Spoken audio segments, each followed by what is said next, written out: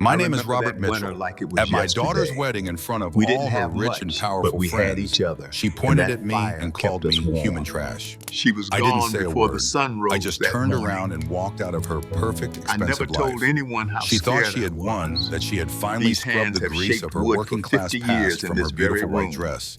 Every She didn't scar know tells that a I had story of already the arranged lessons my own learned by wedding the gift, a little firelight. video presentation. And when it played a few hours later, her new husband didn't just ask for a divorce. He had her escorted from the premises. Before I tell you how a father's love can curdle into a cold, hard, and necessary justice, I'd be honored if you let me know in the comments where you're listening to my story from. In these worn office shoes, I've walked through 40 years of life so my daughter could step on red carpets. These shoes have carried me through factory floors, repair shops, and the city bus depot, where I've been the head mechanic for 4 decades. The soles are worn thin, much like my patience was that day, but they've never failed me. Unlike my daughter, the wedding invitation arrived 3 weeks ago. Thick cream-colored paper with gold embossing, the kind that announces money before you even read the words. Sarah Mitchell and Michael Reynolds request the honor of your presence. Formal attire required. I remember holding it in my rough, calloused hands and wondering if I belonged in the world it represented. I raised Sarah alone after Patricia died when our girl was just 8 years old. Cancer, quick and merciless. I became both mother and father, working double shifts at the bus depot, saving every penny for her education. I wanted to give her everything, every opportunity that Patricia and I never had, and I succeeded beyond my wildest dreams. Sarah graduated from an Ivy League school, landed a job at a prestigious marketing firm, and began moving in circles I could never access. The phone call came the day after I received the invitation. "Dad," she said, her voice carrying that polished edge it had acquired in recent years, "about the wedding." There was a pause, the kind that precedes an uncomfortable request. "Try not to wear that old suit, okay? And maybe just try not to look so working class. Michael's family will be there, and they're very connected people." I felt something shift inside me, then a subtle recalibration of a lifetime of unconditional love. "I'll do my best, Sarah," I said, keeping my voice even. But after I hung up, I sat in my worn armchair for a long time, staring at a photograph of a gap-toothed little girl who once thought I hung the moon. They can take away my daughter, but they can't erase the calluses on my hands. Those calluses built her life one day of honest work at a time. They paid for dance lessons and college applications and the internship that wasn't paid but opened all the right doors. The wedding would remind me of this cruel truth. Sometimes success means outgrowing your roots, even when those roots ran deep with sacrifice and love. The Kiowa River Resort was a sprawling, impossibly green fantasy of a place just outside Charleston. I drove my old but reliable truck through gates that were bigger than my first apartment, down a long driveway lined with ancient oak trees draped in Spanish moss. It was like driving into a different world, a world where the grass was a shade of green I'd only ever seen in magazines, a world that smelled of money and salt air. I had been the head mechanic for the city bus depot for 40 years. I knew the smell of diesel, of hot metal, of honest sweat. This place smelled of none of those things. It smelled of perfume and privilege. A young man in a crisp uniform that probably cost more than my suit took my keys with a smile that didn't quite reach his eyes. As I stepped out, I felt a familiar, uncomfortable feeling. It was the feeling of being an outsider, a ghost from a different life, haunting this perfect, polished world. I can fix anything from bus engines to broken hearts, but I can't fix the distance between two worlds. This thought came to me as I walked toward the grand, white-columned clubhouse, adjusting in my tie nervously. The string quartet played softly on a manicured lawn overlooking the ocean. Ladies in pastel dresses and men in tailored suits mingled champagne flutes, catching the afternoon sun. I straightened my shoulders and reminded myself that I had as much right to be here as any of them. I had paid for this wedding in ways they could never understand. I saw him first, Michael, my future son-in-law. He was a good man, a kind and earnest architect with a smile as open and honest as his blueprints.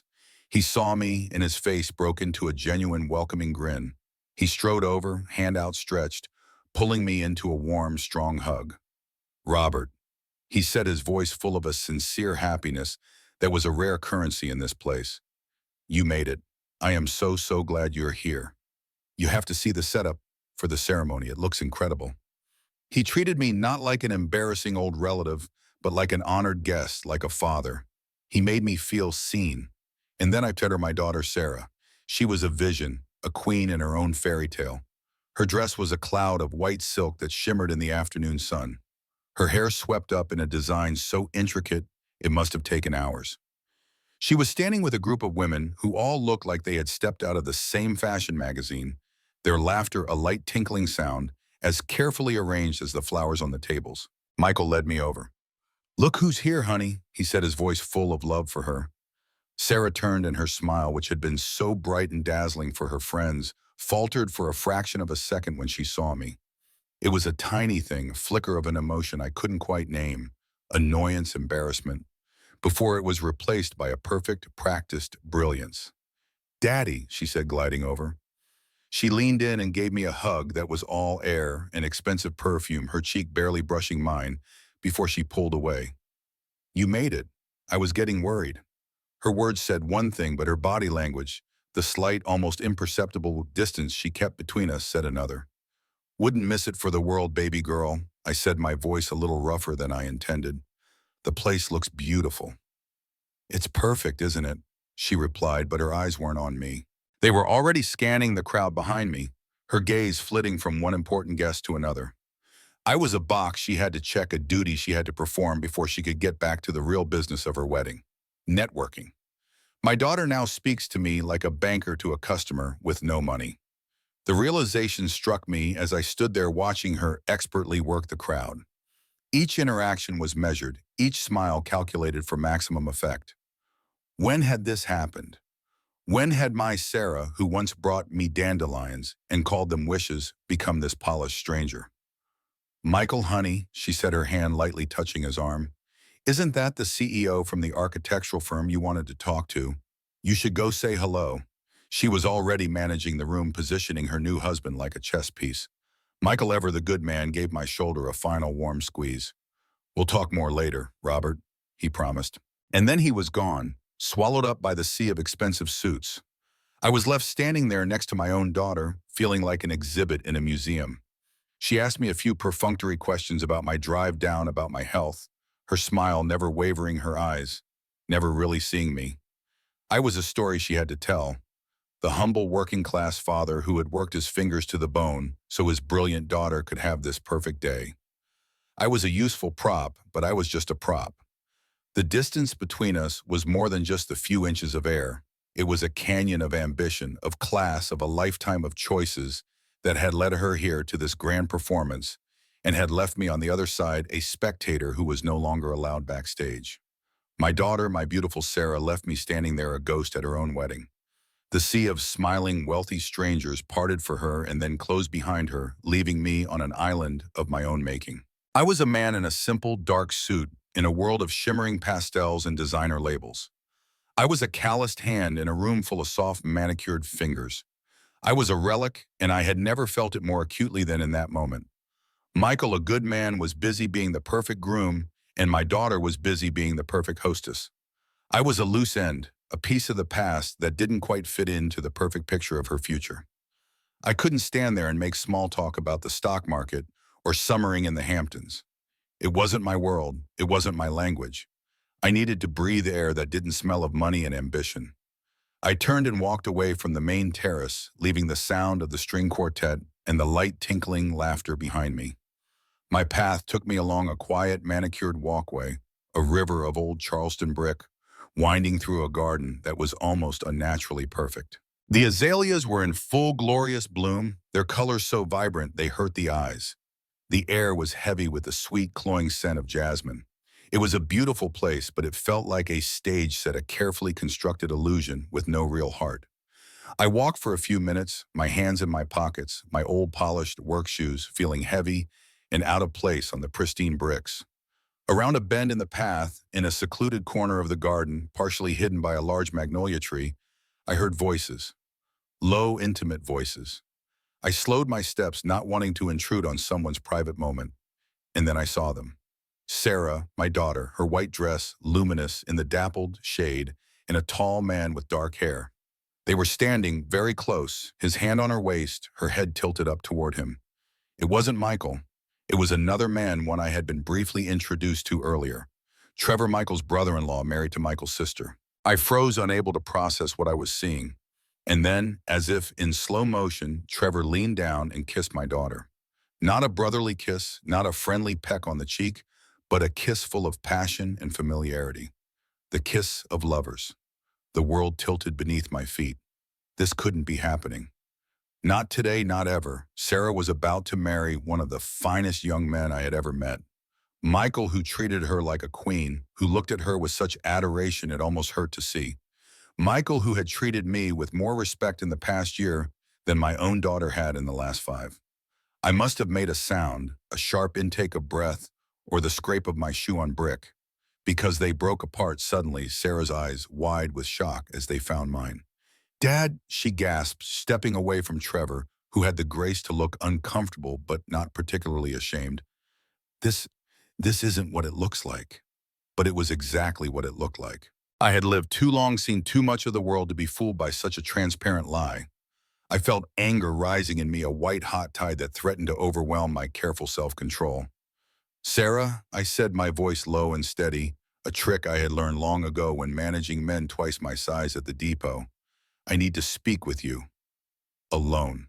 Trevor gave her a look that seemed to communicate something significant, then nodded slightly.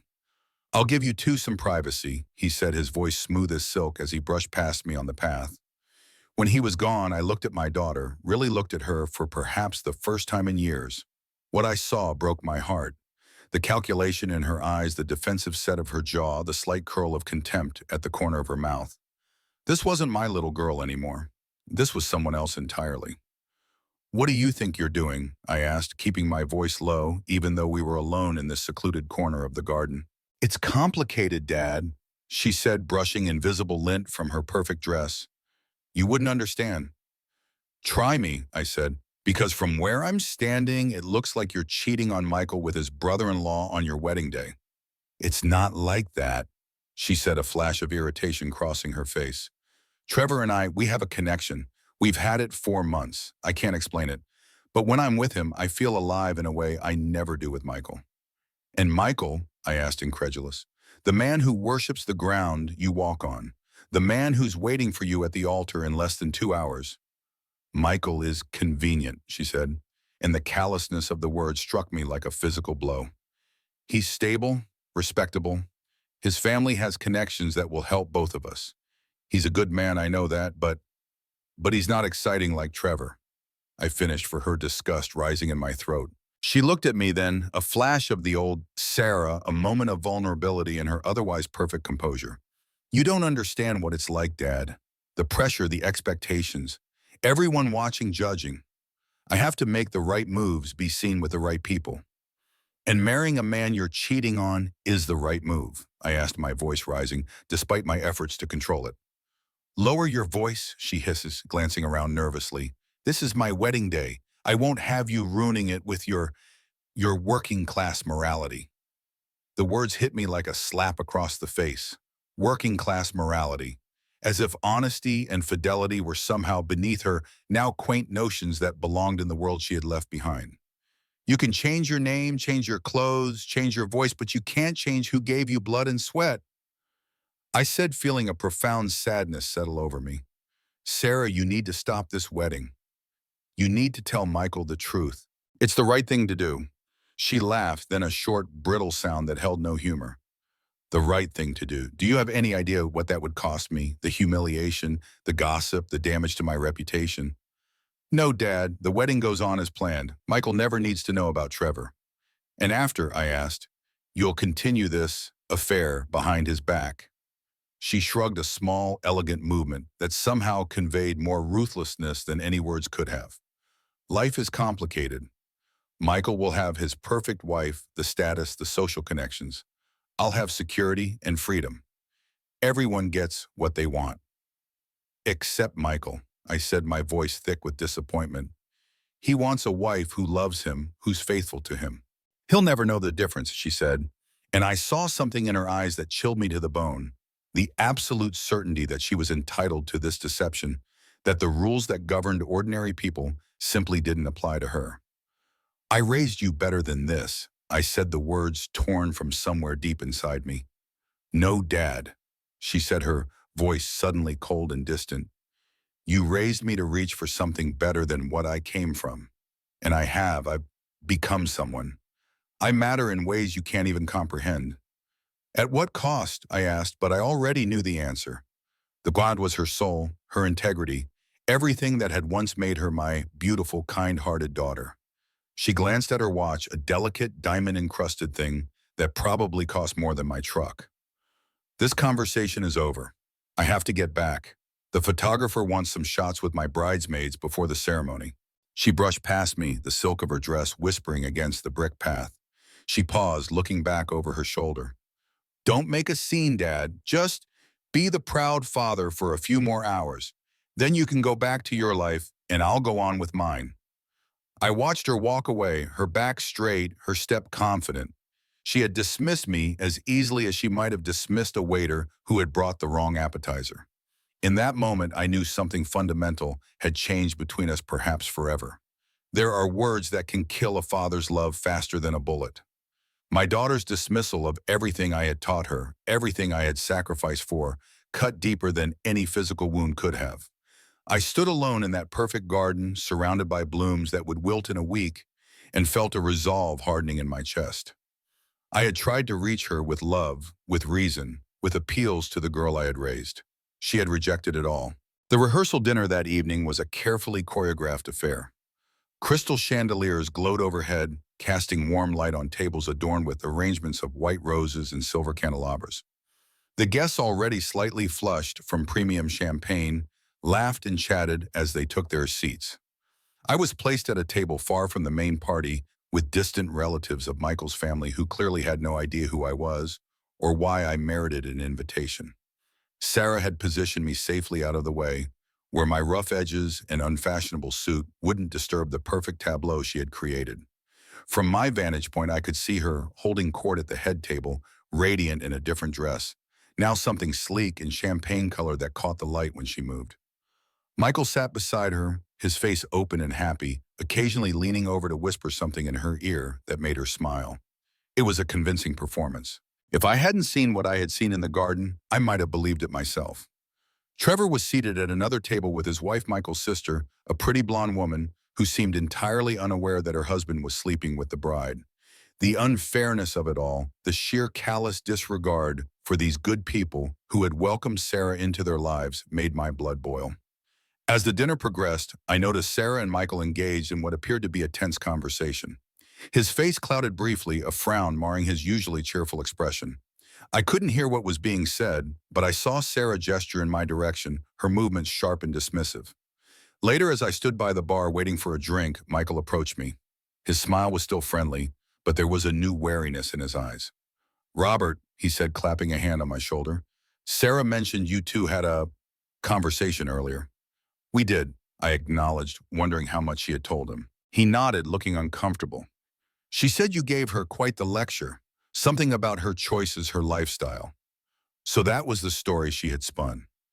I was the backward, judgmental father, disapproving of his daughter's success, her elevated social status.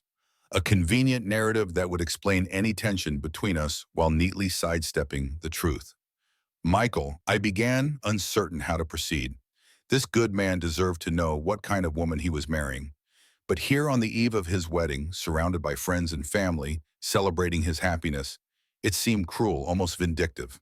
Before I could decide what to say, Sarah appeared at his side, her arms sliding possessively through his. There you are, she said, her eyes fixed on me with a warning I couldn't mistake. Mom is looking for you. Something about the final toast order. Right, Michael said, giving my shoulder a final squeeze. We'll catch up more tomorrow, Robert, at the ceremony. As they walked away, Sarah glanced back at me, her message clear. Stay silent. Play your part. I finished my drink and slipped away from the dinner, early retreating to my modest hotel room a few miles from the resort. I couldn't bear to watch the farce any longer, couldn't stomach the thought of Sarah's betrayal being celebrated with toasts and laughter. In my room, I sat on the edge of the bed, my head in my hands, and faced the hardest decision of my life. Could I stand by tomorrow and watch Michael pledge his life to a woman who was already betraying him? Could I remain silent, knowing what I knew? And if I spoke up, what then? I would be seen as the villain, the jealous father trying to ruin his daughter's perfect day. Sarah would deny everything, and who would believe my word against hers in this world where she now belonged? And I was merely a visitor. The answer came to me slowly, painfully, as the night deepened around me. Sometimes love means accepting being the villain in someone else's story. My love for my daughter had always been unconditional, but that didn't mean I could condone what she was doing. My respect for Michael, for the truth itself, demanded action. I picked up my phone and made a call to a number I had stored 2 weeks earlier, when I had first begun to suspect something wasn't right with Sarah. The private investigator had been expensive, nearly emptying my modest savings, but his work had been thorough. He answered on the second ring. "Mr. Mitchell," he said, his voice professional and neutral. "I wasn't expecting to hear from you again."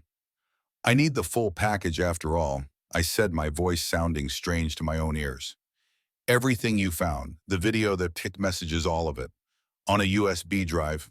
Can you deliver it to the Kiowa River Resort by tomorrow morning?" There was a pause on the other end of the line. "You're sure about this? It's pretty damning stuff." "I'm sure," I said, feeling a terrible certainty settle over me.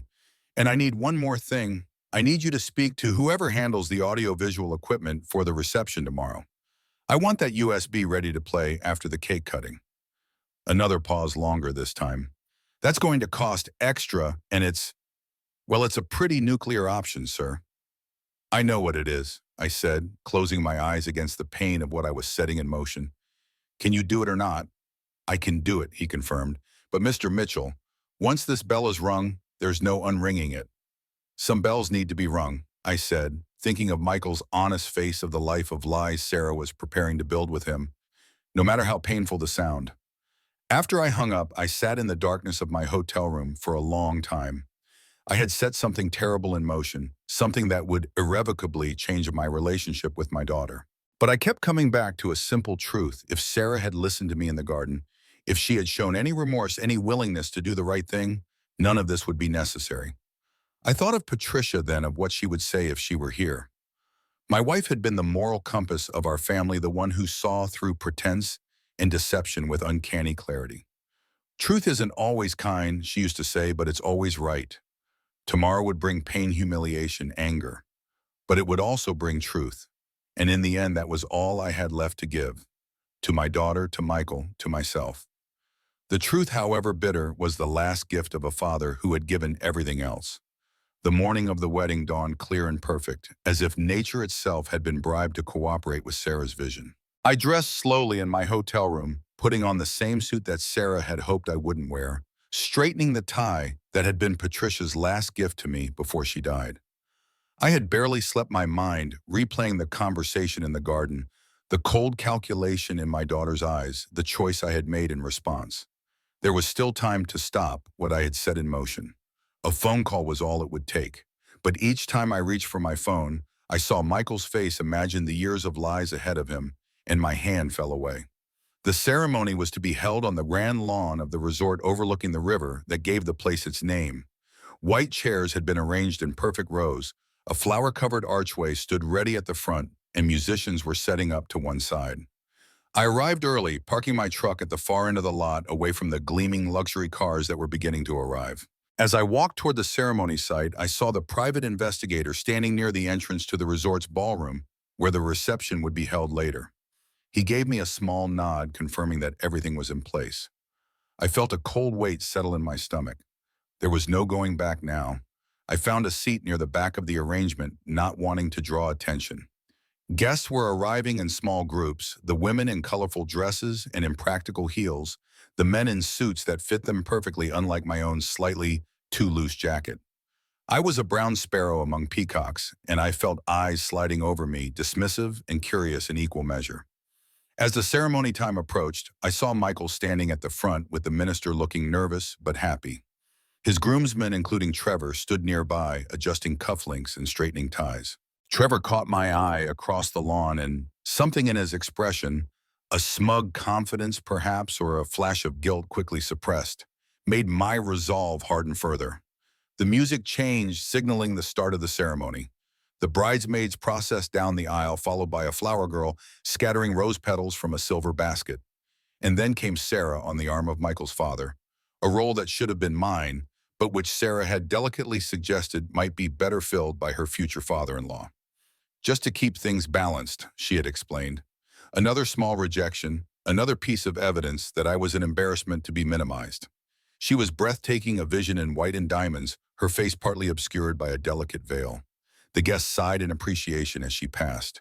At the front, Michael's face lit up with love and wonder as he watched her approach. My heart ached for him, for the disillusionment that lay ahead. The ceremony proceeded with practiced precision. The minister spoke of love and commitment, of honoring and cherishing. Sarah and Michael exchanged vows they had written themselves. Sarah's voice clear and confident as she promised faithfulness and devotion. I felt sick listening to the beautiful lies falling from her lips, knowing what I knew. And then it was done. They were pronounced husband and wife. Michael lifted Sarah's veil and kissed her tenderly, and the guests broke into applause. I remained seated, unable to bring myself to celebrate this travesty. As the newlyweds turned to face their guests, Sarah's eyes found mine in the crowd. Even from a distance, I could see the warning in them, the command to play my part, to smile and congratulate and pretend. I rose slowly to my feet, feeling every one of my 58 years.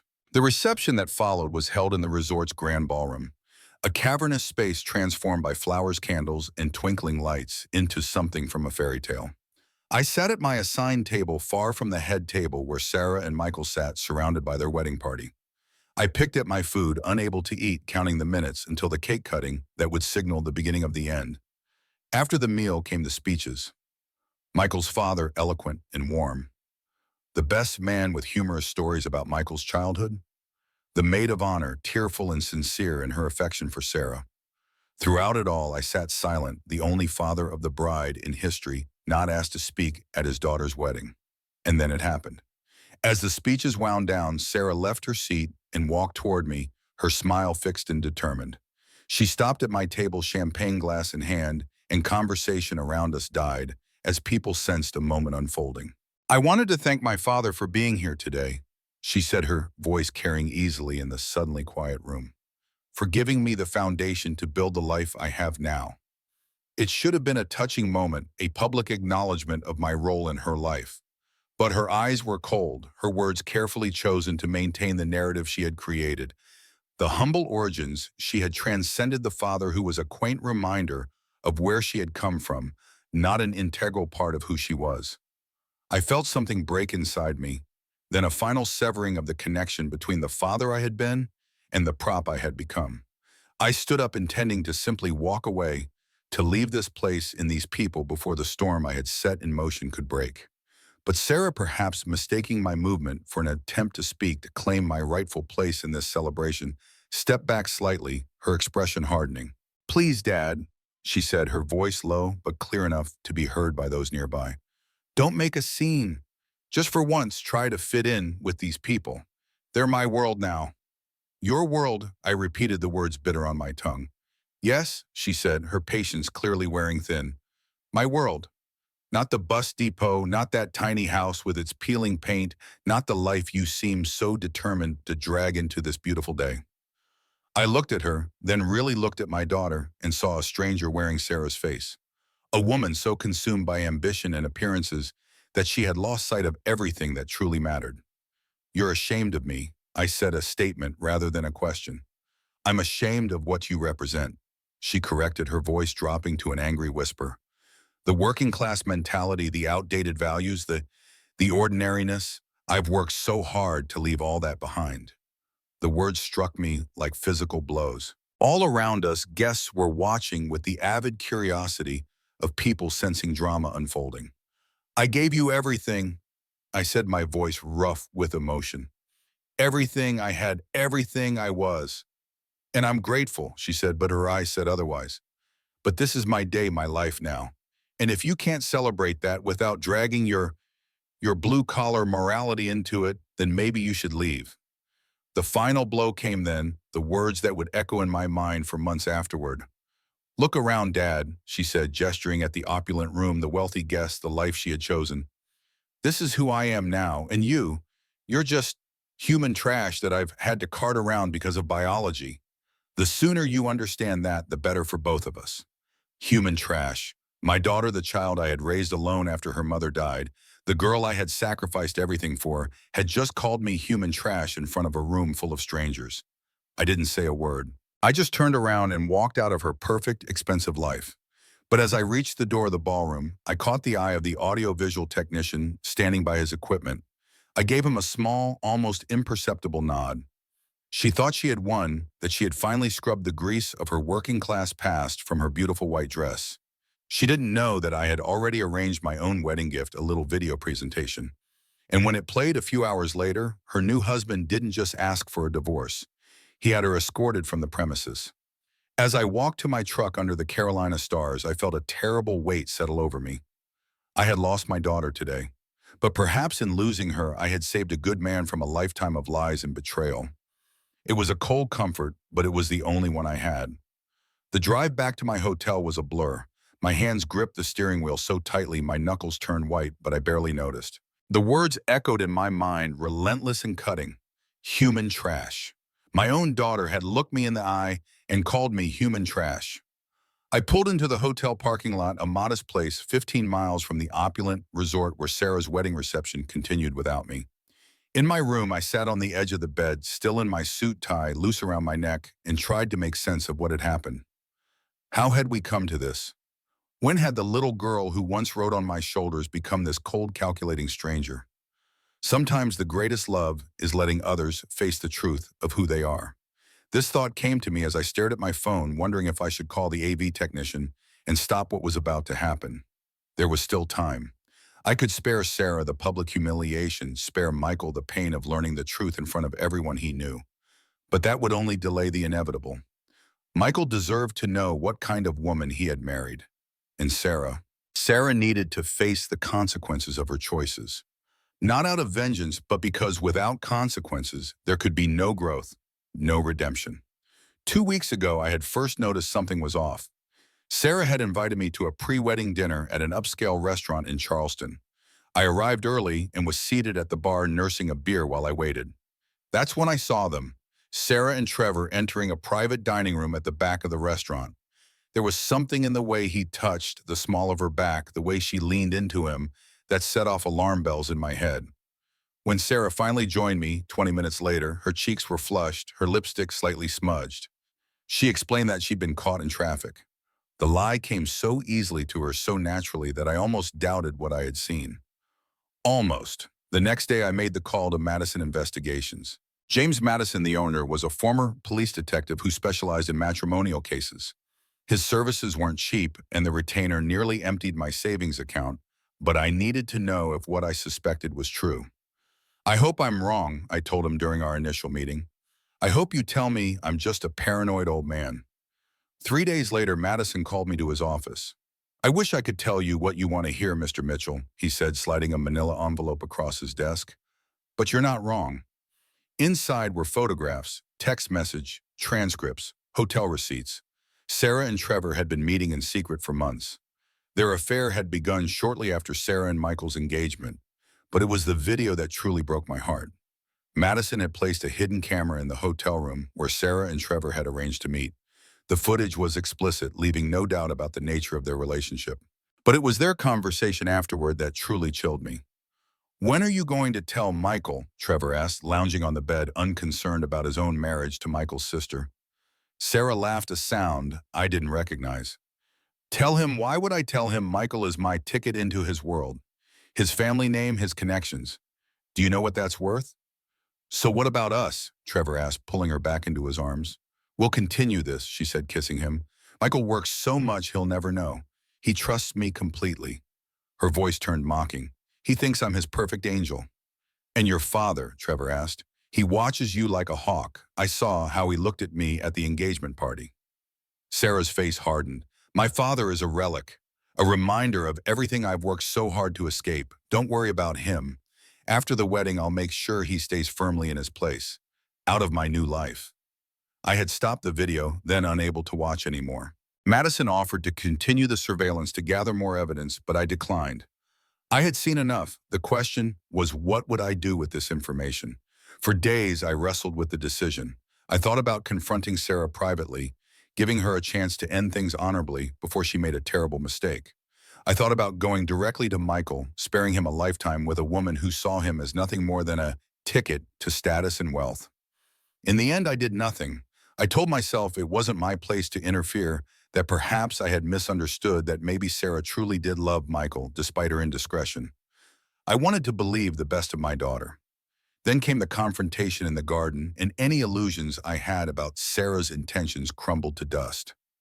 She wasn't just making a mistake. She was deliberately, calculatingly setting up a life built on lies. Even then, I had given her one last chance. I had urged her to be honest with Michael, to call off the wedding. She had thrown that chance back in my face with contempt. I didn't call Madison back until the night before the wedding, after the rehearsal dinner. "The full package," I told him. "Everything you found. And I want it played at the reception." Now, sitting in my hotel room, I knew there would be no turning back from what I had set in motion. In a few hours, Sarah's carefully constructed facade would shatter. Michael would know the truth.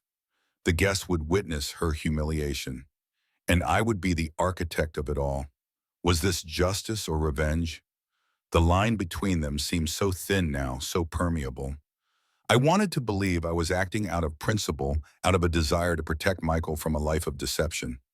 But there was anger in me too, a deep burning resentment at how my daughter had treated me, how she had rejected everything I had taught her. My phone buzzed with a text message.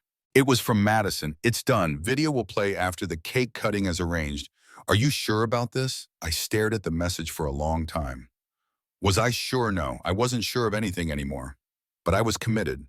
I texted back a simple yes. Then I removed my tie, hung up my suit jacket, and lay down on the hotel bed, fully clothed. I didn't expect to sleep, but exhaustion claimed me, pulling me into troubled dreams where Sarah was a little girl again, holding my hand as we walked through a field of wildflowers, her laughter pure and untouched by ambition. I was awakened by pounding on my hotel room door. Disoriented, I checked my watch, 9:47 p.m. The reception would be in full swing. The cake cutting usually happened around 10. I had less than 15 minutes to stop what was about to happen, if that's what I decided to do. The pounding continued. I rolled off the bed and opened the door, expecting to find Madison or perhaps a hotel employee. Instead, I found Trevor. He looked disheveled, his bow tie undone, his eyes wild with panic. "What have you done?" he demanded, pushing past me into the room. "How did you find me?" I asked, my mind still foggy with sleep. "Sarah had your hotel information in her phone," he said, pacing the small room like a caged animal. "What have you done, old man?" "I don't know what you're talking about," I said, though I suspected I did. "The AV guy," Trevor said, running a hand through his hair.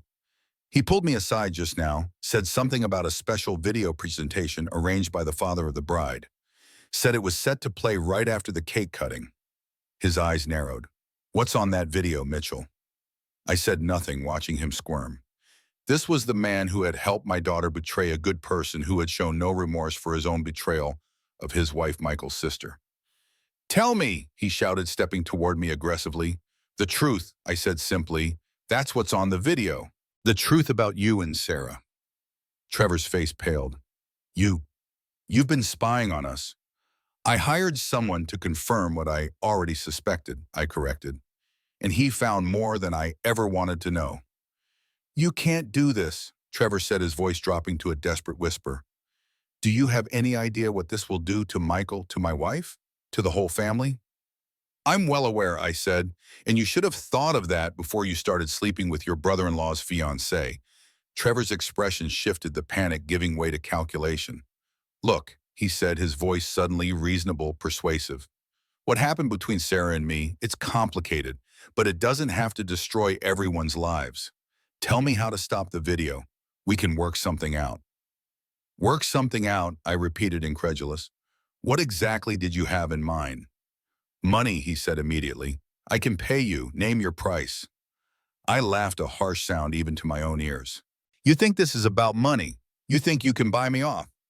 "Everyone has a price," Trevor insisted. "And let's be honest, you could use the money.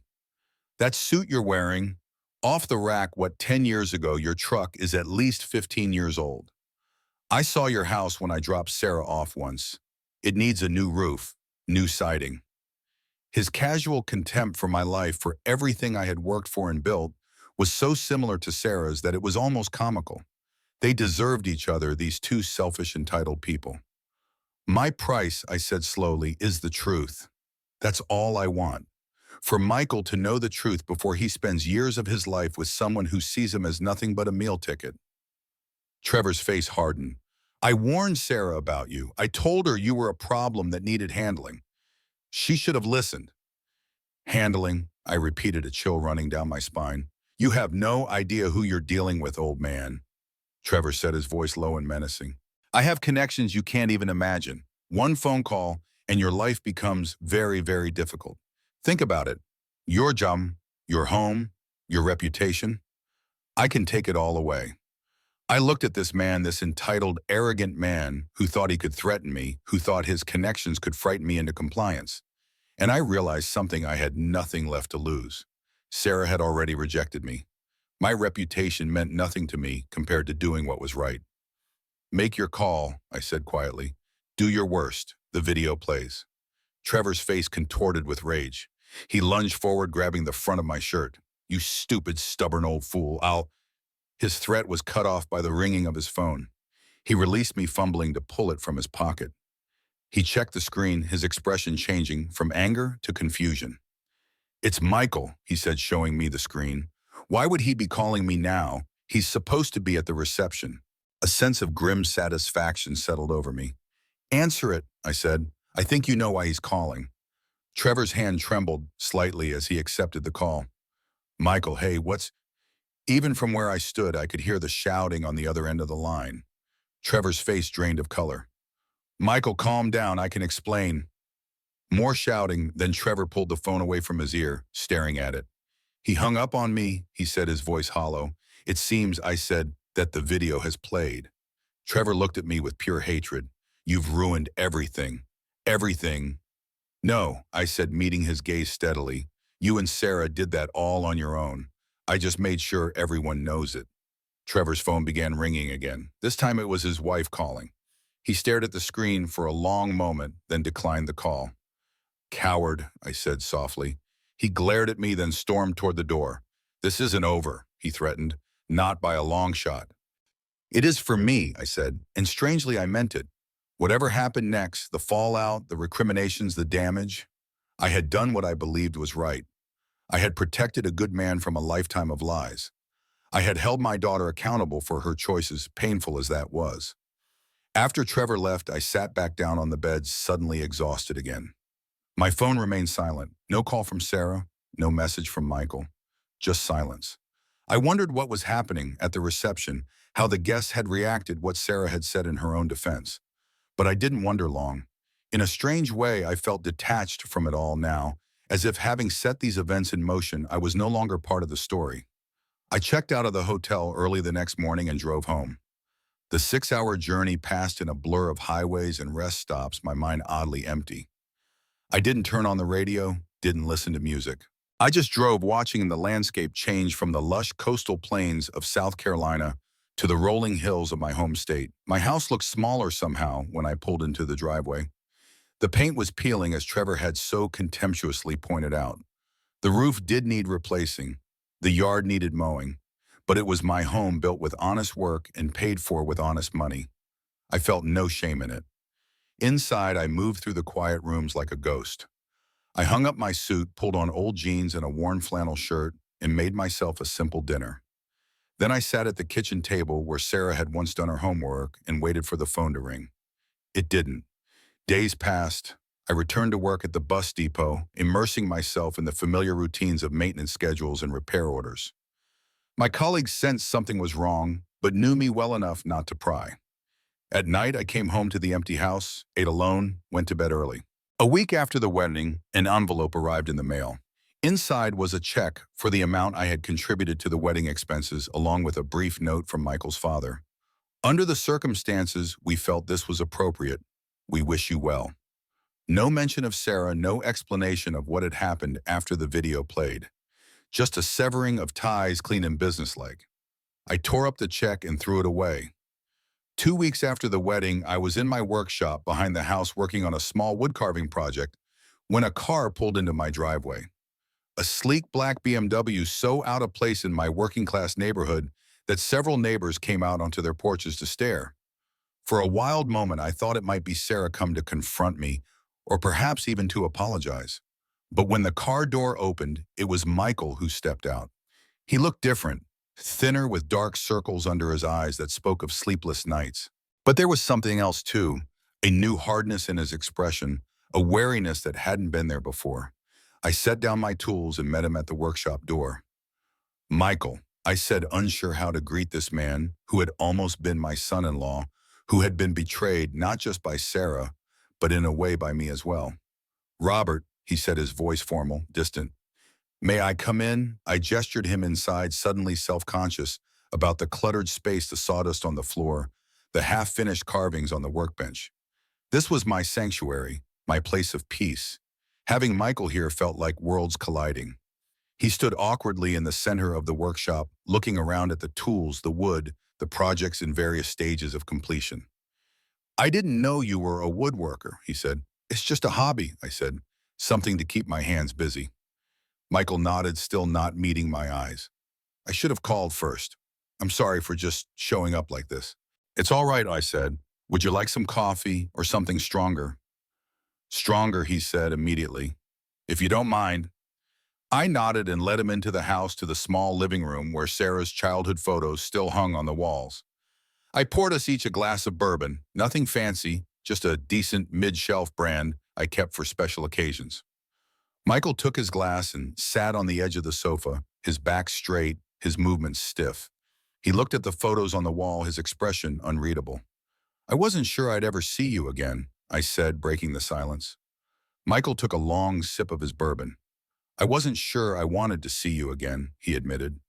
After what happened." "I understand," I said, and I did. In his place, I might have wanted to sever all connections to the Mitchell family to put the whole painful episode behind me. "No," Michael said, shaking his head. "I don't think you do." He set his glass down carefully on the coffee table. "Do you know what happened after that video played?" I shook my head. "Trevor came to my hotel room right before. He seemed to think he could stop it. After that, I came home. No one's told me anything." Michael laughed, a brittle, humorless sound. "It was chaos, complete and utter chaos. The video, it wasn't just Sarah and Trevor being intimate. It was their conversation afterward. About me, about you."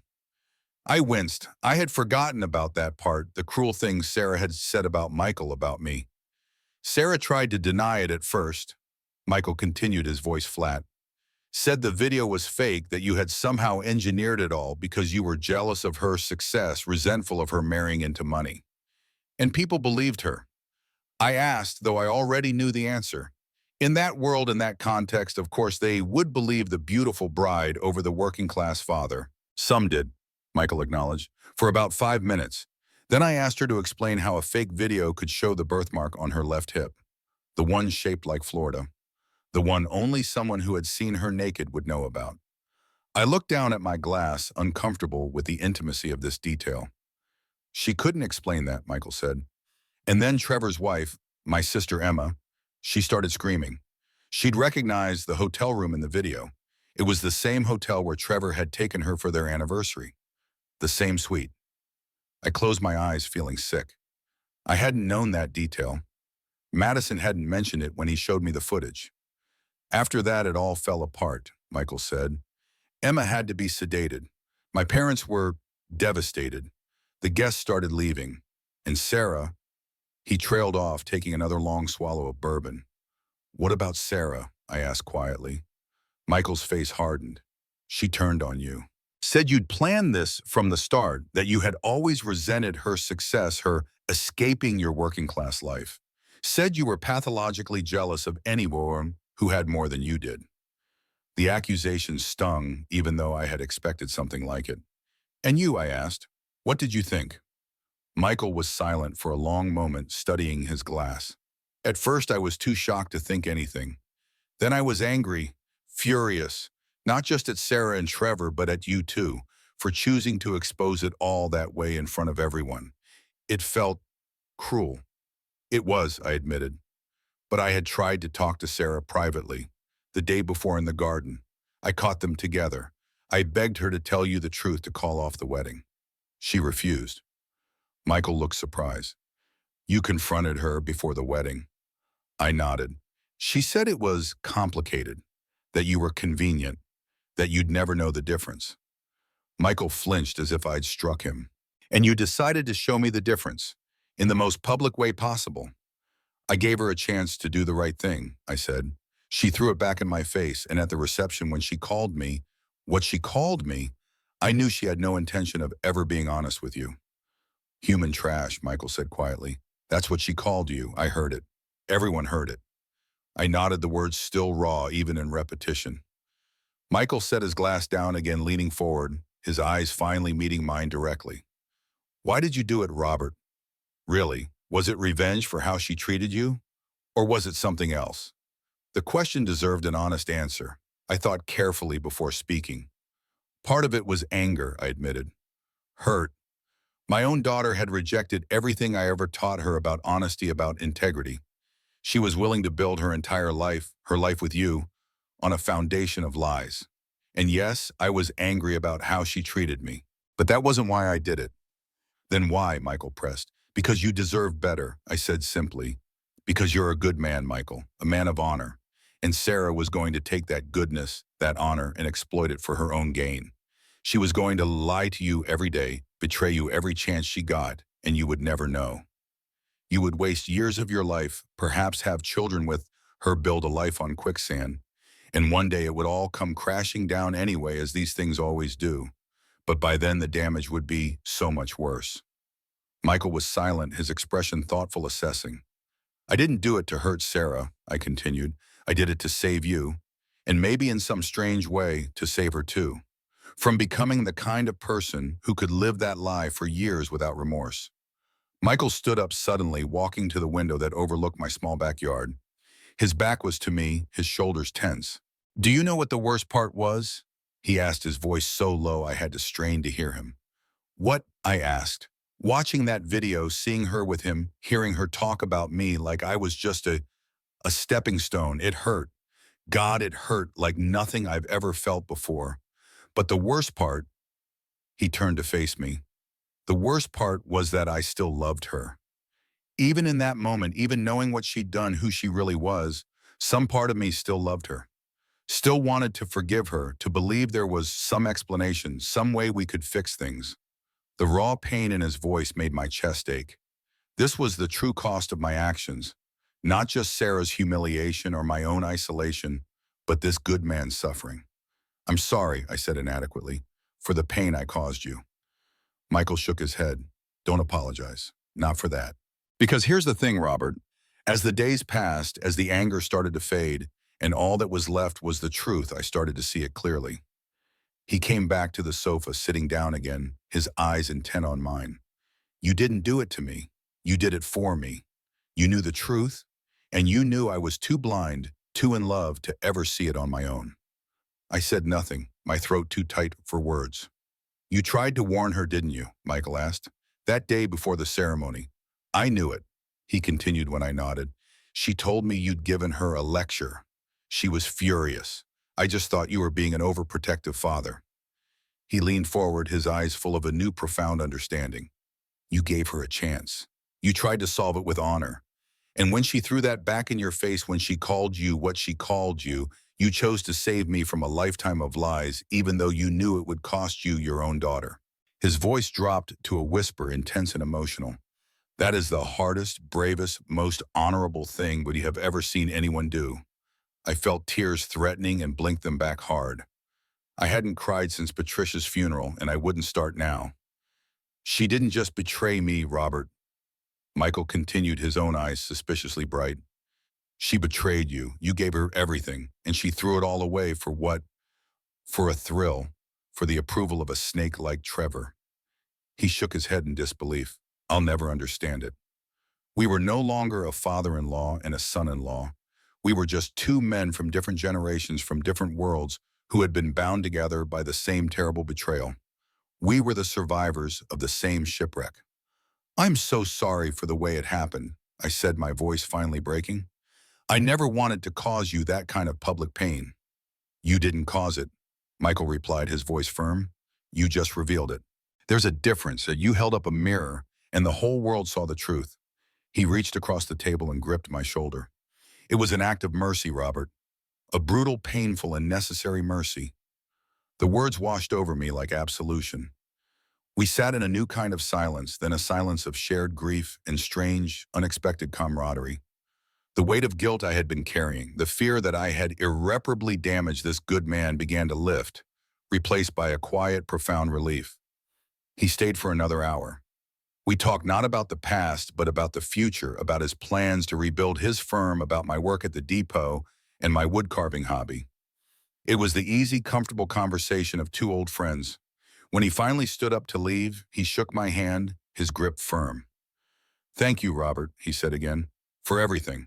I watched him drive away, and for the first time since that terrible day at the wedding, the peace I felt was not the empty peace of a quiet house. It was a full and warm peace.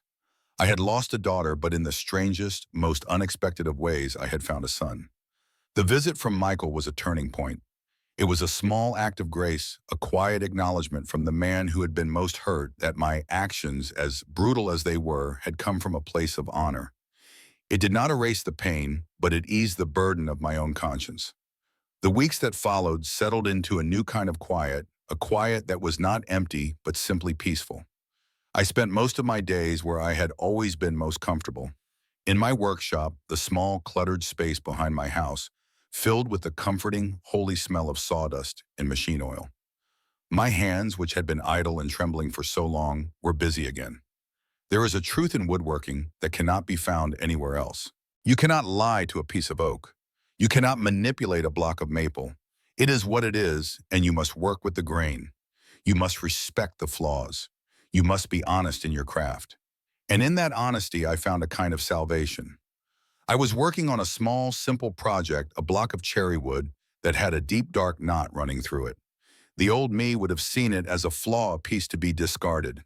But the man I was now, the man who had been forced to confront the flaws in his own life, saw it differently. I decided not to cut the knot out, but to make it the center of the piece. I began to carve around it, shaping the wood into a small, simple bird, its head tilted as if listening, the dark knot becoming its eye, its heart. As my hands moved through the familiar, practiced motions, my mind was quiet. The constant roaring loop of my daughter's words, of Michael's pained face, of the video playing on that big screen had finally begun to fade. They were still there, of course. They would always be there, but they were no longer the only thing I could hear. There was no joy in what I had done. I want to be clear about that. There was no victory in my daughter's ruin. There was no satisfaction in watching her life, a life I had helped to build, be so publicly and so completely dismantled. I had taken a father's love, a lifetime of it, and I had been forced to watch it curdle into a judge's terrible necessary duty. I had passed sentence on my own child, and the weight of that judgment, which I was a heavy thing to carry even when you knew it was just. I thought of Sarah, not with the anger I had felt, not with the cold resolve I had clung to, but with a new and final emotion, a deep and bottomless and profoundly sad pity. I pitied the little girl who had grown up believing that my love was not enough, that the honest working-class world she came from was something to be escaped, to be ashamed of. I pitied the woman who had a hole in her heart so vast that she thought she could fill it with a rich husband in a fancy house. A woman who could not tell the difference between the solid gold of a good man's love and the cheap, glittering thrill of a back-alley affair. I had lost my daughter long before that wedding day. The girl I mourned was a ghost, a memory preserved only in the fading photographs I had once put into a slideshow. The woman she had become was a stranger, and I was finally peacefully letting her go.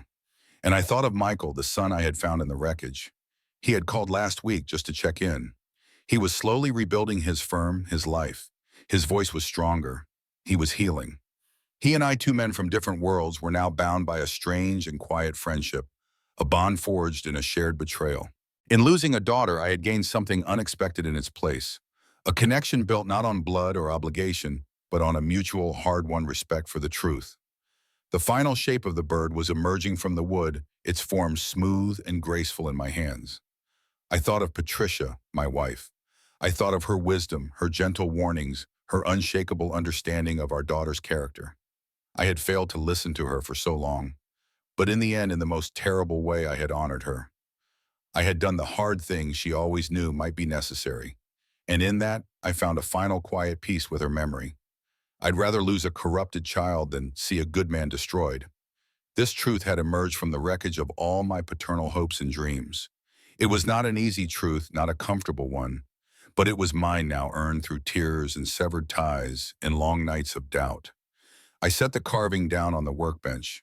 The afternoon sun was streaming through the dusty window, illuminating the small wooden bird. The flaw was now its most striking feature. It was not a perfect piece. It was flawed and scarred and honest, and it was beautiful. I looked out the window at Patricia's roses beginning to bud in the spring warmth. The house was silent. The phone was not ringing. The world was at peace. The war was over. I had done a terrible, necessary thing. Justice, as painful and as ugly as it had been, was done. I was not a happy man, but I was, for the first time in a very long time, a man at peace. 6 months had passed since the wedding that wasn't. 6 months of quiet days at the depot and peaceful evenings in my workshop. 6 months of gradual healing, of learning to live with the choices I had made and their consequences. The scandal had eventually died down, as scandals do, replaced by newer, fresher dramas in the social circles Sarah had been so desperate to join. I had heard little about my daughter, an occasional snippet from a mutual acquaintance, a brief mention in the local paper about her leaving her marketing job. She had moved away from Charleston, someone said, back to the city where she had attended college. Starting over, I supposed, in a place where her humiliation wasn't common knowledge. I didn't try to contact her. Some bridges, once burned, can't be rebuilt. Or perhaps more accurately, shouldn't be. The Sarah I had raised, the daughter I had loved with every fiber of my being, was gone. The woman who had taken her place was a stranger to me, one I wasn't sure I wanted to know. Michael, on the other hand, had become a regular presence in my life. What had begun as a single visit born of confusion and pain had evolved into something neither of us could have anticipated. He called weekly. Sometimes we talked about work or sports or politics. Sometimes we didn't talk much at all. He would sit in my workshop watching me carve, occasionally handing me a tool, asking questions about the process. There was a comfort in his presence and understanding that required no words. It was a Tuesday afternoon in early autumn when I heard a car pull into my driveway. I wasn't expecting anyone, and my first thought was that Michael had decided to stop by unannounced. But when I looked out the workshop window, I saw a sleek silver Audi that I didn't recognize. I wiped my hands on a rag and stepped outside just as the car door opened. And there he stood, the man who had almost been my son-in-law, now looking at me with the eyes of an actual son. He looked different, healthier. The dark circles under his eyes were gone, replaced by a tan that suggested time spent outdoors. He had gained back the weight he had lost in those terrible weeks after the wedding, and there was an ease to his movements that had been absent before. "Robert," he said, smiling warmly as he approached. "Michael," I replied, returning his smile. "This is a surprise. I thought we were talking on Friday." "We were," he said, reaching out to shake my hand, "but I was in the neighborhood for a client meeting and thought I'd stop by. Is this a bad time?" "Never," I said honestly. "Come in. I was just finishing up for the day anyway." He stood there, the man who had almost been my son-in-law, now looking at me with the eyes of an actual son. The thought struck me with unexpected force. In the midst of all the loss, this connection had formed, this friendship that transcended the conventional boundaries of family. Michael followed me into the workshop, taking his usual seat on the old wooden stool in the corner. He looked around with interest, noting the new projects that had materialized since his last visit. "The bird," he said, spotting the cherry carving on a shelf. "You finished it." "Last month," I nodded. "It turned out better than I expected." Michael rose and went to the shelf, picking up the carving carefully. The afternoon sunlight caught the rich reddish tones of the wood, highlighting the grain and the dark knot that formed the bird's eye. "It's beautiful," he said, turning it in his hands. "The way you incorporated the flaw, it's perfect." "Not perfect," I corrected gently, "but honest. Sometimes that's better than perfect." Michael set the bird back on the shelf with care. "That's what I wanted to talk to you about, actually. Honesty, truth." He paused, looking suddenly nervous. "And Sarah." The name hung in the air between us. We rarely spoke of her directly, both of us tacitly agreeing that the wound was still too raw. What about her, I asked, keeping my voice neutral. Michael took a deep breath. I saw her last week in Charleston.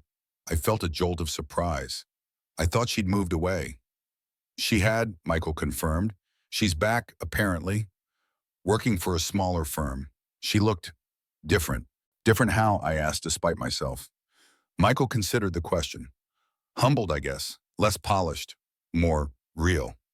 I nodded, not trusting myself to speak. The image of Sarah, my Sarah, stripped of her carefully cultivated veneer, both pained and relieved me. She asked about you. Michael continued, watching my face carefully. What did you tell her? I asked, my voice rougher than I intended. The truth, he said simply, that you're doing well, that we've become friends. I nodded again, processing this information. And how did she take that? Michael smiled slightly. She was surprised, said it was the last thing she expected. He paused, running a hand through his hair in a gesture that had become familiar to me over the months. She also said something else, Robert. Something I think you should know. I waited, my heart beating a little faster despite my efforts to remain detached. She said she understood now. What you did. Why you did it. Michael's eyes held mine steadily. She said you were right. The words hit me like a physical blow. After all this time, after the pain and the loss and the silent, empty months, to hear that Sarah had finally understood, it was almost too much to bear. Did she? I managed, turning away to hide the sudden sheen of tears in my eyes. That's good to hear. Michael was silent for a moment, respecting my need to compose myself. Then he said, there's more, Robert. Trevor and Sarah, they weren't the only ones. I turned back, confused. What do you mean? Michael's expression was grim. After the wedding, after everything fell apart, Emma started digging. She found evidence that Trevor had been unfaithful multiple times over the years, with different women, and Sarah. He hesitated. Tell me, I said, needing to hear it all now. Sarah had been involved with at least 2 other men during our engagement. Men from my professional circle, clients. Michael's voice was steady, but I could see the old pain in his eyes. She wasn't just betraying me with Trevor. It was a pattern. The revelation shouldn't have surprised me, yet it did. Even after everything, some part of me had wanted to believe that Sarah's affair with Trevor was an aberration, a single terrible mistake, rather than a habitual behavior. I'm sorry, I said inadequately. Michael shook his head. Don't be. It actually helped in a strange way. Knowing that it wasn't just me, that I wasn't somehow insufficient. It was never about me at all. It was about her emptiness, her need for constant validation. His insight was profound, especially coming from someone who had been so deeply wounded. Michael had not only survived the betrayal, he had grown from it, gained wisdom that most people twice his age lacked. How's Emma doing? I asked, thinking of Michael's sister, another casualty of Trevor and Sarah's selfishness. Better, Michael said. She filed for divorce, of course. It was finalized last month. She's staying with our parents for now, but she's talking about moving to Seattle, making a fresh start. He smiled slightly. She's stronger than any of us realized. And Trevor, I couldn't help asking. Michael's expression hardened. His career is effectively over. His behavior violated every ethical standard in our profession. The last I heard, he was trying to get hired at a small firm in Miami. No one in Charleston will touch him. I felt no satisfaction at this news, only a weary acknowledgement that actions have consequences, as they should. Michael set down his empty coffee mug and leaned forward. But that's not why I'm here, Robert. Not really. He took a deep breath, as if steeling himself. I think you should talk to her. To Sarah, I asked, though I knew perfectly well whom he meant.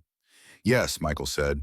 I think she needs to tell you what she told me, and I think you need to hear it. I rose from my chair, suddenly restless. I'm not sure about that, Michael. A lot has happened. A lot of painful things were said. I know, Michael acknowledged. Believe me, I know better than anyone. But here's the thing. When I saw her last week when we talked, she's changed, Robert. The experience broke something in her, yes, but maybe it broke something that needed breaking. I looked at this young man, this person who had more reason than anyone to hate Sarah yet, who was arguing for reconciliation. His capacity for forgiveness humbled me. "You've forgiven her?" I asked quietly. Michael considered the question carefully. "Not entirely," he admitted. "I don't think I'll ever fully trust her again or want her back in my life in any significant way. But I've let go of the anger. It was poisoning me, not her." He looked at me intently. "And I think maybe you need to let go too." "I'm not angry anymore," I said, and it was mostly true. The white-hot rage I had felt at the wedding had cooled months ago, replaced by a dull ache of loss and regret. "Maybe not," Michael conceded, "but you're still in pain, and so is she." He reached into his jacket pocket and pulled out a small piece of paper. "This is her number, her new number. She said, you could call if you wanted to. No pressure, no expectations, just a conversation." I stared at the paper, not reaching for it. "I don't know, Michael. Some things can't be fixed." "I'm not talking about fixing anything," Michael said gently. "I'm talking about finding peace. Real peace, not just the absence of conflict." He set the paper on the coffee table. "Just think about it. That's all I'm asking." He left soon after with a promise to call at the end of the week as usual. I sat alone in my living room for a long time staring at the piece of paper with Sarah's number. Such a small thing to represent such a monumental decision. I didn't call that day or the next. The paper sat on my coffee table, a silent challenge I wasn't sure I was ready to accept.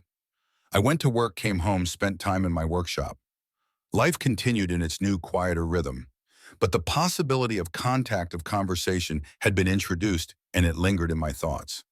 What would I say to Sarah if I did call? What could possibly bridge the chasm that had opened between us, and more importantly, did I want to try? A week passed. I was in my workshop on a Sunday afternoon working on a new project, a small jewelry box made of maple, when my phone rang. It was Michael. "Have you called her?" he asked without preamble. "No," I admitted. "I'm still thinking about it." Michael was silent for a moment. "Robert," he said finally, "can I tell you something?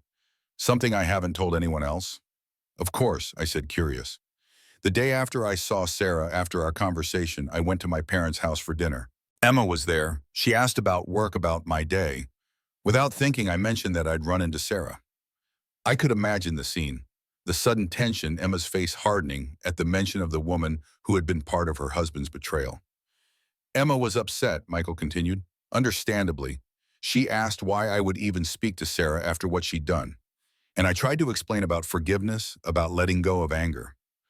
But Emma wasn't having it. She said something I've been thinking about ever since." "What was that?" I asked. "She said forgiveness isn't for the person who hurt you. It's for yourself. It's permission to stop carrying their crime on your shoulders." Michael paused. "I think she's right, Robert. I think that's why I was able to talk to Sarah without hatred. Not because she deserves forgiveness, but because I deserve peace." His words resonated with me, touching something deep and unresolved. Did I deserve peace after what I had done, exposing Sarah so publicly, causing her humiliation and pain? "You're a wise man, Michael," I said finally. "Wiser than I was at your age. I'll think about what you've said." After we hung up, I went back to my woodworking, but my hands moved mechanically, my mind elsewhere. Emma's words relayed by Michael kept replaying in my head. Forgiveness is permission to stop carrying their crime on your shoulders. Was that what I needed? Permission to set down the burden of Sarah's betrayal, of my own harsh response. That night, I dreamed of Patricia. She was as I remembered her best. Young, vibrant, her dark hair loose around her shoulders, her eyes bright with the intelligence and compassion that had first drawn me to her. We were walking in a garden much like the one at the Kiowa River Resort, but wilder, less manicured. "You always were stubborn, Robert," she said, her voice exactly as I remembered it. "Always had to do things your own way in your own time."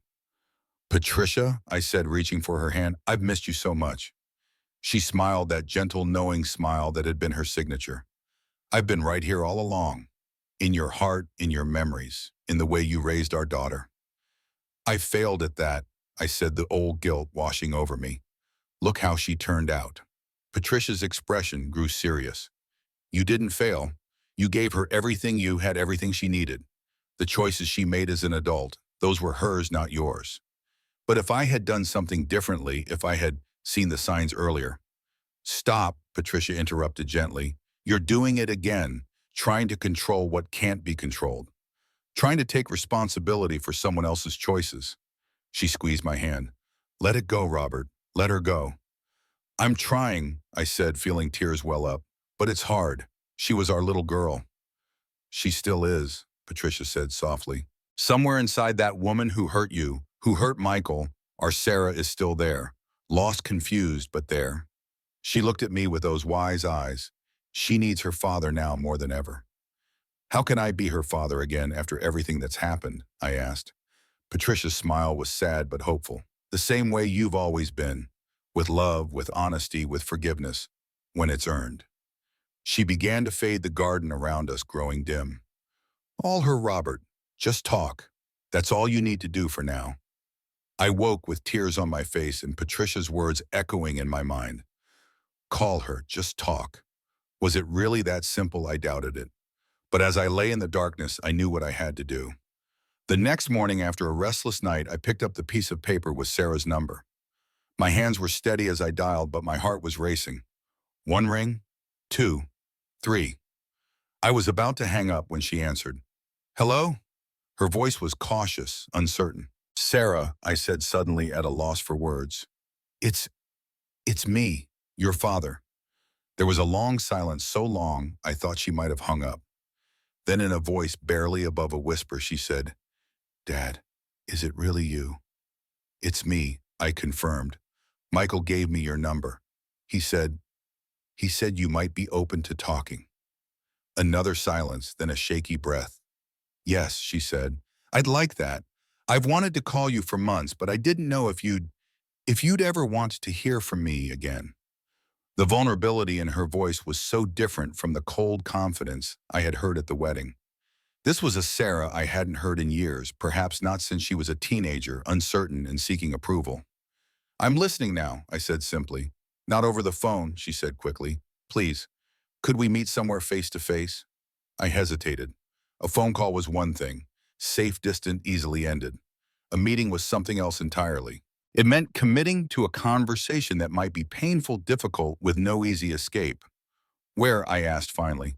Neutral ground, she suggested. Not your house or mine. Maybe that coffee shop near the depot. The one where we used to go sometimes when I was in high school. The suggestion surprised me. That particular coffee shop was a modest place frequented by working people, not the kind of upscale establishment Sarah had favored in recent years. The fact that she had chosen it seemed significant somehow. Murphy's, I said, naming the place. Tomorrow my lunch break is at 100. I'll be there, she promised. And Dad, thank you for calling, for being willing to listen. After we hung up, I sat for a long time wondering if I had made the right decision. Was I opening myself up to more pain? Was I giving Sarah an opportunity to justify or excuse her behavior? Or was this truly a chance for healing for both of us? I wouldn't know until tomorrow. Until then, all I could do was hope that Patricia, whether in my dreams or in my heart, had been right. That somewhere inside the woman who had called me human trash, our Sarah, was still there. Murphy's coffee shop hadn't changed much in the years since Sarah and I had been regular customers. The same worn booths lined the walls, the same slightly sticky laminate tables filled the center of the room. The coffee was still strong and straightforward, served in heavy ceramic mugs with no fancy names or elaborate preparations. I arrived early, selecting a booth in the corner that offered a view of the door. I ordered coffee and waited, watching the lunch crowd of mechanics, office workers, and shop clerks come and go. It was a different world from the one Sarah had chosen from the elegant resort where her wedding had imploded.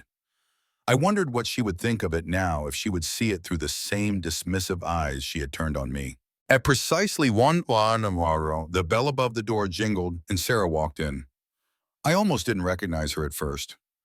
Gone was the perfectly coiffed, designer-clad woman from the wedding. This Sarah wore simple jeans, a plain blue blouse, and minimal makeup. Her hair was pulled back in a simple ponytail, and she wore glasses, something I hadn't seen since she'd gotten contact lenses in college. She spotted me immediately and walked over, her movements less confident than I remembered, more hesitant. She stopped at the edge of the booth, not sitting down. Dad, she said softly, her eyes meeting mine briefly before dropping away. Sarah, I replied, gesturing to the seat across from me. Please sit down. She slid into the booth, her hands immediately fidgeting with a paper napkin. Up close, I could see the changes in her more clearly. She had lost weight, not drastically, but enough to be noticeable. There were fine lines around her eyes that hadn't been there 6 months ago. A weariness in her expression that made her look older than her 30 years. You look well, she said, a pale echo of the social niceties she had once wielded so expertly. So do you, I said, though it wasn't entirely true. She looked authentic, perhaps, in a way she hadn't in years. But not well, not really. An awkward silence fell between us. So many words needed to be said, yet neither of us seemed to know where to begin. A waitress came to take Sarah's order, just coffee black, providing a momentary reprieve from the tension.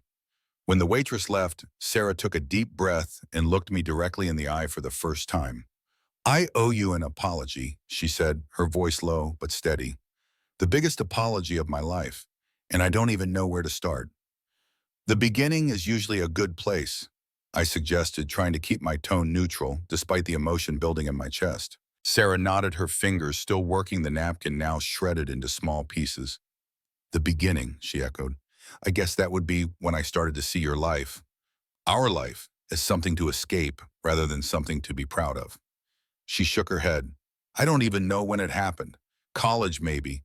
When I met people who had never worried about money, who had connections and opportunities I couldn't imagine. I remembered those years, her increasingly infrequent visits home, the subtle changes in her speech patterns, her clothing, her interests. The gradual distancing that I had attributed to normal young adult development, not realizing it was something deeper, more fundamental. I became obsessed with fitting in, Sarah continued, with being accepted by these people who seemed to have everything I thought I wanted. And somewhere along the way, I started to believe that to be one of them, I had to erase where I came from, who I came from. Her eyes met mine, filled with shame. I'm so sorry, Dad. What I said at the wedding, calling you, what I called you, it was unforgivable. Why did you say it? I asked the question that had haunted me for months, finally spoken aloud. What made you so ashamed of me, of your roots, that you could say something so cruel? Sarah's eyes filled with tears. Fear, she whispered. Pure stupid fear. I was terrified that these people I'd worked so hard to impress would see through me, would realize I wasn't really one of them. And when you showed up at the wedding in your suit with your calloused hands and your straightforward manner, all my insecurities just exploded. She wiped at her eyes with the back of her hand. I lashed out at you because you represented everything I was afraid they would see in me. The explanation made a sad kind of sense. I had seen this pattern before. People who rise quickly from humble beginnings sometimes develop a deep-seated fear of being found out, of being revealed as imposters in their new social stratum. And Michael, I asked, was he just part of your disguise? Sarah flinched at the directness of the question, but she didn't look away. At first, yes, she admitted. He was perfect on paper, successful, from a good family, well-connected. But then, she paused, struggling with the words. Then I got to know him, really know him, his kindness, his integrity, and I found myself actually caring for him, maybe even loving him in my own broken way. Fresh tears spilled down her cheeks. But it wasn't enough. I was so empty inside, so insecure that I kept looking for validation everywhere I could find it. With Trevor, with other men. You hurt him deeply. I said, not to punish her, but because it needed to be acknowledged. I know, she said, her voice catching. I've tried to apologize to him, but there aren't words adequate for that kind of betrayal. All I could do was tell him the truth, that it was never about him, never his fault. It was all me, my brokenness. I nodded, taking a sip of my cooling coffee. Michael told me you two spoke recently. We did, Sarah confirmed. He was kinder than I deserved, more forgiving. She looked at me with a hint of wonder. He told me you've become friends. We have, I said.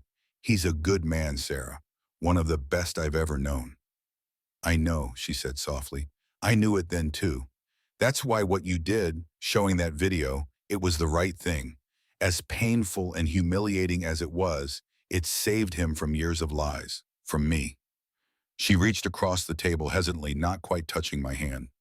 You did the right thing, Dad. I understand that now. The admission, so unexpected and so complete, left me momentarily speechless. I had come prepared for justifications for partial admissions of fault, for attempts to shift blame, not for this full, unequivocal acceptance of responsibility. What happened after? I asked. After the wedding, I mean. Sarah withdrew her hand, wrapping both around her coffee mug as if seeking its warmth. It was bad, she said simply. The humiliation was total. Everyone knew. Everyone had seen. I couldn't show my face anywhere in Charleston. She took a shaky breath. I moved back to Atlanta, where I'd gone to college. Got a job at a small firm, nowhere near as prestigious as my old one, but they were willing to give me a chance. I've been rebuilding, I guess you could say. Alone, I asked, wondering if there was someone in her life, now someone who might be a positive influence. She nodded. Completely alone, for the first time in my adult life. No boyfriend, no fiancé, very few friends. She gave a small, sad smile. It turns out when you're exposed as a cheater and a social climber, your social circle tends to contract pretty dramatically. There was no self-pity in her tone, just a weary acknowledgement of consequence. It struck me again how different this Sarah was from the polished, confident woman who had so coldly dismissed me at her wedding. Why did you come back to Charleston? I asked. To face it, she said simply. To face what I'd done, the people I'd hurt. I couldn't hide in Atlanta forever pretending it never happened. She looked around the coffee shop, taking in the modest surroundings. And to reconnect with my roots, the real me before I got so lost. And who is that? I asked. The real you. Sarah considered the question, her brow furrowed in thought. I'm still figuring that out, she admitted. But I know she's not the person who cared more about status than honesty. Not the person who would betray a good man for a thrill. Not the person who could look her father in the eye and call him trash. A lump formed in my throat. I wanted to believe her, to believe that this remorse, this self-awareness was genuine and lasting.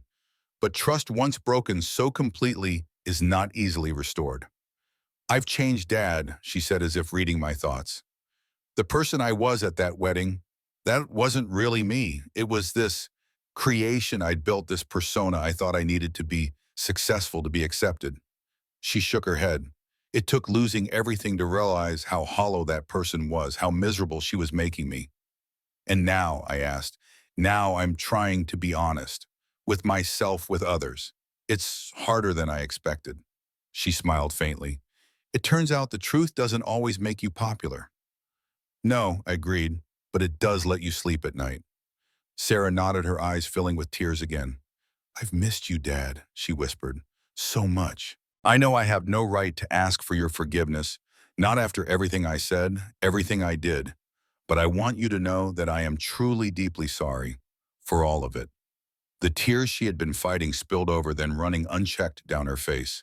She made no move to wipe them away, no attempt to hide her emotion. This perhaps more than anything convinced me of her sincerity.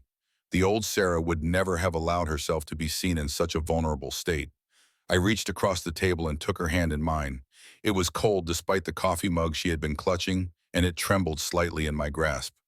I've missed you too, I said, my own voice rough with emotion. Every day. We sat like that for a long moment, hands clasped across the table, tears flowing freely. It wasn't forgiveness, not yet. It wasn't reconciliation or healing, or any of the other neat, tidy terms people use for messy human emotions. It was simply a connection reestablished, a door reopened that both of us had thought was permanently closed. When we finally pulled apart, wiping our eyes with paper napkins and drawing curious glances from the other patrons, Sarah asked, "What happens now?" It was a good question, one I had been asking myself since Michael first suggested this meeting. What did happen now? Could we rebuild a relationship from the ashes of the old one? Should we even try? I don't know. I answered honestly. I think we start small. Coffee again, maybe. Phone calls. Getting to know each other as we are now, not as we were. Sarah nodded, her expression a mixture of hope and caution. I'd like that, she said. Very much. We talked for another hour, carefully avoiding the most painful topics, focusing instead on the present. Her new job, my work at the depot, my wood-carving hobby. It was stilted, at times awkward, both of us feeling our way forward with extreme caution. But underneath the awkwardness, there was something else. a tentative, fragile honesty that had been absent from our interactions for years. When it was time for me to return to work, we walked out of the coffee shop together. On the sidewalk outside, Sarah turned to me, her expression uncertain. "Thank you," she said, "for meeting me, for listening, for giving me a chance I don't deserve." "Everyone deserves a chance to change," I said, thinking of Patricia's words in my dream. "To make amends." Sarah nodded, blinking back fresh tears. "Same time next week?" She asked, her voice hesitant, as if expecting rejection. "Same time," I confirmed. "I'll be here." We didn't hug or shake hands. We weren't ready for that yet. But as she turned to walk to her car, I felt something shift inside me, a loosening of the tight knot of grief and anger I had carried for so long. As I walked back to the depot, I thought about what Michael had said, what Emma had told him. Forgiveness isn't for the person who hurt you. It's for yourself. It's permission to stop carrying their crime on your shoulders. I wasn't ready to forgive Sarah completely. The wounds were still too fresh, the betrayal too profound, but I had taken the first step towards setting down the burden I had carried these past months. And for now, that was enough. The weeks that followed settled into a new pattern. Coffee with Sarah every Tuesday, phone calls on the weekend. Slowly, tentatively, we began to rebuild a relationship. Not the one we had had before, but something new. Something based on honesty rather than expectation or obligation. I learned about her new life in Charleston, the small apartment she had rented far from the upscale neighborhood where she had once lived with Michael. The modest job at a marketing firm that valued her skills, but not her social connections. The volunteer work she had begun at a literacy program for underprivileged children. "I wanted to give something back," she explained during one of our coffee meetings, "to do something that mattered beyond just getting ahead." I saw changes in her that went beyond the superficial, a thoughtfulness that hadn't been there before, a humility that seemed genuine rather than calculated, a willingness to acknowledge her mistakes and take responsibility for all of them. Michael noticed the changes too. "She's really trying," he said during one of his visits to my workshop. "I can see it." "Do you think it will last?" I asked, voicing the doubt that still lingered. Michael considered the question seriously. I think, I think the experience broke something fundamental in her," he said finally. "Her belief that she could manipulate people in situations without consequences. That's not something you can unlearn easily." He picked up a scrap of wood, turning it in his hands. "So yes, I think the change is real, but that doesn't mean it will be easy or straightforward. Nothing worthwhile ever is." I agreed. One Saturday afternoon, about 3 months after our first coffee meeting, Sarah asked if she could come to the house. "Just to talk," she said, "somewhere more private than Murphy's." I hesitated, then agreed. The house held so many memories for both of us, some good, some painful. It seemed fitting somehow that the next stage of our reconciliation should happen there. She arrived promptly at the agreed-upon time, carrying a small paper bag. "I brought muffins," she said, holding it up, "from that bakery you used to like on 3rd Street. The gesture touched me. It was such a small thing, remembering my favorite bakery, but it spoke of a thoughtfulness that the old Sarah had rarely demonstrated. "Come in," I said, stepping aside to let her enter. "Coffee's ready." She walked into the living room and stopped, looking around as if seeing it for the first time. The worn furniture, the faded rug, the photographs on the walls, including several of her at various ages. Her expression was unreadable. "It hasn't changed much," she said finally. "No reason for it to," I replied, leading the way to the kitchen. "It suits me fine as it is." We sat at the kitchen table, the same table where we had eaten thousands of meals together over the years. I poured coffee, she arranged muffins on plates. The domesticity of the scene was both comforting and strange. "I've been thinking a lot about Mom lately," Sarah said suddenly, breaking the comfortable silence that had fallen between us. The mention of Patricia caught me off guard. We had spoken very little about her since her death, both of us finding the subject too painful. "What about her?" I asked carefully. Sarah traced the rim of her coffee mug with one finger, her eyes distant. "I keep wondering what she would think of me now, of what I did, who I became." She looked up, her expression vulnerable. "Do you think she would be disappointed?" The question was so raw, so honest that it took my breath away.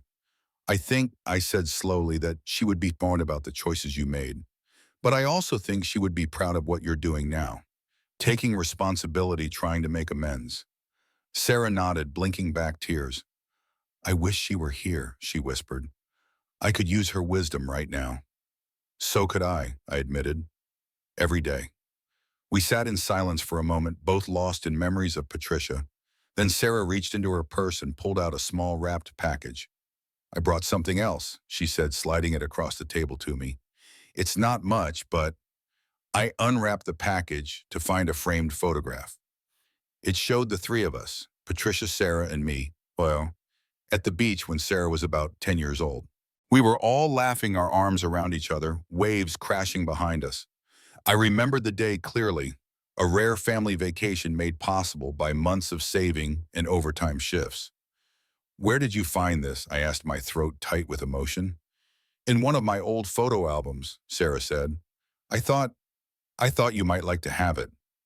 I studied the photograph, taking in the genuine joy on all our faces, the easy intimacy of a family still whole and happy. Thank you, I said, simply unable to express how much the gesture meant to me. Sarah smiled, a real smile that reached her eyes. I've been going through a lot of old things lately, she said, reminding myself of who I was before I got so lost. She hesitated, then added, there's something else I wanted to talk to you about, something important. I set the photograph down carefully. What is it? She took a deep breath. I've been seeing someone, she said, a therapist, for a couple of months now. This was unexpected. The old Sarah would have considered therapy beneath her a sign of weakness. That's good, I said, meaning it. Is it helping? Yeah, it is, she nodded. It's hard, really hard sometimes. But it's helping me understand why I did the things I did, why I became the person I was. She met my eyes directly. The therapist thinks I have some deep-seated issues with self-worth, that all the striving, the social climbing affairs, they were all attempts to fill a hole inside me to prove I was worthy of love and respect. The insights seemed profound and yet in retrospect obvious. Sarah had lost her mother at a crucial age, had grown up with a father who, though loving, had been emotionally reserved and often physically absent due to work demands. Was it so surprising that she had developed insecurities, doubts about her inherent worth? She also thinks, Sarah continued, her voice dropping slightly, that I should write letters to the people I've hurt. Not necessarily to send them, but to articulate my remorse, to fully acknowledge the pain I caused. She pulled a folded piece of paper from her purse. I wrote one to you. My heart rate increased. And are you going to send it? I asked. I'd like to read it to you, she said, if that's okay. I nodded, not trusting myself to speak. Sarah unfolded the paper with slightly trembling hands and began to read. Dear Dad, there aren't words adequate to express my remorse for the way I have treated you, not just at the wedding, but for years before. You gave me everything. Your love, your support, your hard-earned money, your unwavering belief in my potential. And in return, I gave you contempt, dismissal, and ultimately public humiliation. I wish I could blame it on something external, peer pressure, alcohol, temporary insanity. But the truth is both simpler and more painful. I lost sight of what truly matters in life. I became so focused on status, on appearances, on being accepted by people who didn't really know or care about me, that I forgot the one person who had always been there, always loved me unconditionally. When I called you human trash at my wedding, I committed an unforgivable act. Those words can never be taken back, and the pain they caused can never be fully healed. But I want you to know that in that moment, I wasn't really seeing you. The dedicated father who worked overtime to pay for my dance lessons, who sat through countless school plays and recitals, who taught me to change a tire and balance a checkbook and stand up for myself. I was seeing a reflection of my own deepest fears and insecurities, the parts of myself I was so desperate to deny. You were right to expose my betrayal of Michael. He deserved to know the truth before committing his life to someone who was lying to him, using him. And in a strange way, I needed to be exposed too. I needed to face the consequences of my actions, to confront the person I had become. The past 6 months have been the hardest of my life. I've lost friend status, professional opportunities, but I've gained something much more valuable: clarity. I've begun to see myself as I truly am. Flawed, broken in some fundamental ways, but also capable of growth, of change, of becoming someone better than I was. I don't expect forgiveness, Dad. What I did goes beyond what any parent should have to forgive. But I do hope for understanding, for the chance to show you through my actions that I am not the same person who stood in that ballroom and publicly rejected everything you are, everything you gave me. I love you, Dad. I always have, even when I was too lost, too consumed by ambition and insecurity to show it. And I always will. Your daughter, Sarah. By the time she finished reading, tears were streaming down her face. I wasn't in much better shape myself, my vision blurred, my hands gripping the edge of the table to steady myself. Sarah, I began, then stopped, unable to find words adequate to the moment. She folded the letter carefully and placed it on the table between us. You don't have to say anything, she said softly. I just wanted you to know how I feel, what I'm thinking. The rest is up to you.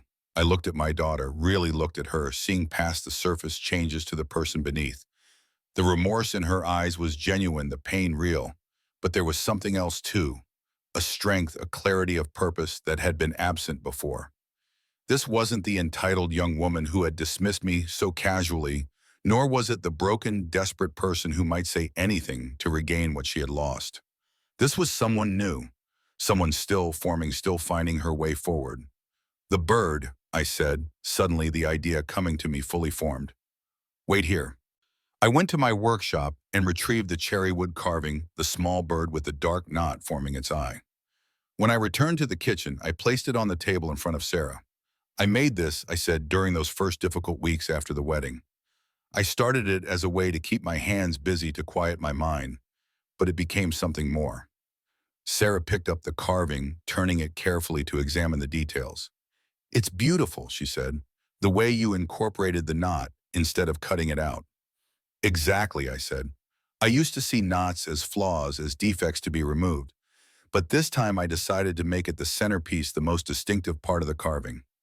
Sarah looked up, understanding dawning in her eyes. Because flaws don't have to be hidden, she said slowly. They can be integrated, accepted.